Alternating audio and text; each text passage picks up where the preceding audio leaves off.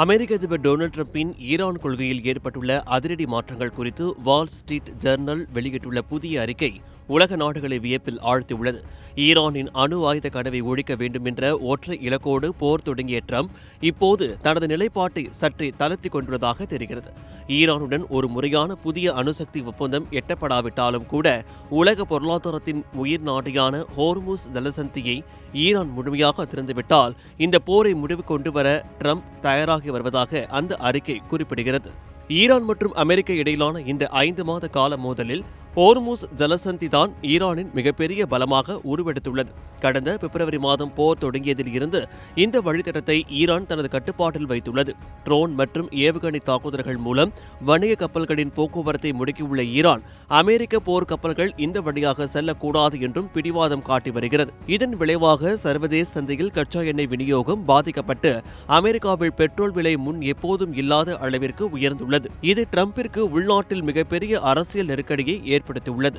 அதிபர் டிரம்ப் தனது நெருக்கமான அதிகாரிகளிடம் பேசுகையில் ஒரு புதிய அணுசக்தி ஒப்பந்தம் இல்லாமலேயே தான் ஈரானை விட்டு வெளியேற தயாராக இருப்பதாக தெரிவித்துள்ளார்.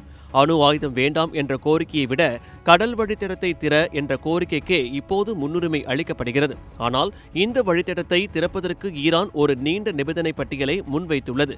பல பில்லியன் டாலர் இழப்பீடு, ஈரான் மீதான பொருளாதார தடைகளை நீக்குவது, வளைகுடா பிராந்தியத்தில் இருந்து அமெரிக்க படைகளை வெளியேற்றுவது மற்றும் முடக்கப்பட்ட ஈரானிய சொத்துக்களை விடுவிப்பது என ஈரானின் கோரிக்கைகள் அமெரிக்காவை திணறடித்து வருகின்றன.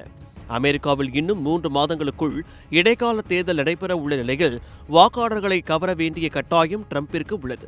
பெட்ரோல் விலை உயர்வு தேர்தலில் பெரும் தாக்கத்தை ஏற்படுத்தும் என்பதால் ஏதேனும் ஒரு ஒப்பந்தத்தின் மூலம் ஹோர்முஸ் ஜலசந்தியை திறந்து விலையை குறைக்க அவர் துடிக்கிறார். இருப்பினும் ஈரானின் நிபந்தனைகளை அமெரிக்கா முழுமையாக ஏற்குமா அல்லது ஹோர்முஸ் ஜலசந்தியை தனது கட்டுப்பாட்டில் வைக்க ஈரான் தொடர்ந்து போராடுமா என்பதே இப்போதைய கேள்வி. அணு ஆயுத விவகாரத்தை கைவிட்டு பொருளாதார நலனுக்காக ட்ரம்ப் இறங்கி வருவது ஈரானின் ராஜதந்திரத்திற்கு கிடைத்த வெற்றியாகவே அரசியல் விமர்சகர்களால் பார்க்கப்படுகிறது.